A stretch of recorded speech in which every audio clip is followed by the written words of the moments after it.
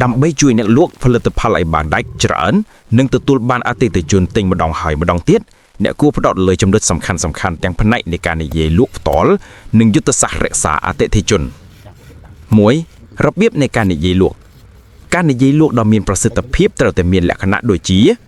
ស្គាល់ផលិតផលនិងអតិថិជនគោលដៅច្បាស់លាស់ចំណេះដឹងផលិតផល Product Knowledge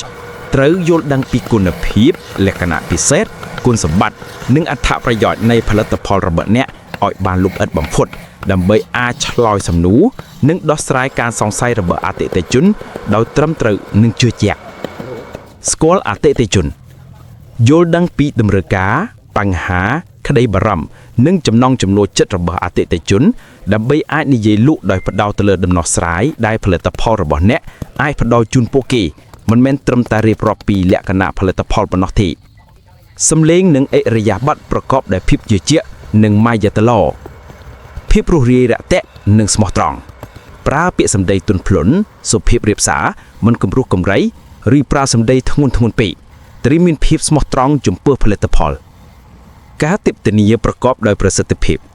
ចេះស្ដាប់អតិថិជនដោយយកចិត្តទុកដាក់និងមិននិយាយច្រើនហួសហេតុពេករហូតដល់អតិថិជនធុញទ្រាន់បញ្ចេះគេទេលក់ផ្ដោតទៅលើអត្ថប្រយោជន៍លក់អត្ថប្រយោជន៍មិនមែនលក់លក្ខណៈជំនួសឲ្យតែនិយាយថាផលិតផលនេះមានធាតុផ្សំ A B C ត្រូវនិយាយថាផលិតផលនេះនឹងជួយអ្នកដោះស្រាយបញ្ហា X Y Z និងទទួលបានលទ្ធផល P ប្រើភស្តុតាងនិងការណែនាំលើកយកករណីជោគជ័យឬមតិយោបល់ល្អៗពីអតិថិជនមុនមកបង្ហាញដើម្បីបង្កើនភាពជឿជាក់ testimonials ការដោះស្រាយការជំទាស់ handling objections ត្រៀមខ្លួនជាមុនដើម្បីឆ្លើយទៅនឹងការជំទាស់ទូទៅរបស់អតិថិជនដូចជារឿងតម្លៃគុណភាពម៉ាកយីហោផ្សេងដោយមានហេតុផលសមរម្យនិងបកស្រាយដោយភាពវិជ្ជមានបច្ចេកទេសបិទការលក់ closing techniques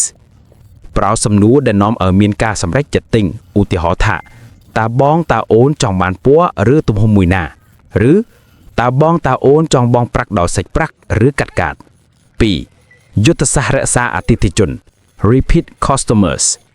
ដើម្បីឲ្យអតិថិជនត្រឡប់មកទិញម្ដងហើយម្ដងទៀតភាគីដាច់អតិថិជនគុណភាពផលិតផលនិងសេវាកម្មល្អឥតអស់ 1. គុណភាពធានាថាផលិតផលមានគុណភាពល្អដោយដែលបានផ្សព្វផ្សាយ 2. សេវាកម្មអតិថិជនផ្ដល់សេវាកម្មលឿនរហ័សទាន់ចិត្តនិងមានការយកចិត្តទុកដាក់ខ្ពស់ទាំងមុនពេលនិងក្រោយការលក់ 3. បង្កើតទំនាក់ទំនងល្អនិងទំនុកចិត្តរក្សាពាក្យសន្យាកុំសន្យាអ្វីដែលមិនអាចធ្វើបានភាពទទួលខុសត្រូវ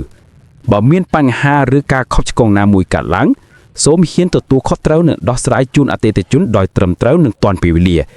ការដោះស្រាយបញ្ហាល្អអាចប្រែក្លាយអតិថិជនដែលខឹងទៅជាអតិថិជនស្មោះត្រង់បាន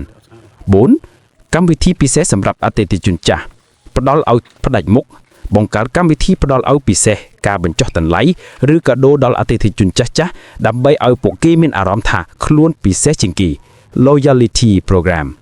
5. ការតាមដាន Follow up តាក់ទងទៅអតិថិជនបន្ទាប់ពីការទិញដើម្បីសួរនាំពីចំណាប់អារម្មណ៍ការប្រើប្រាស់ឬបើមានបញ្ហាណាមួយ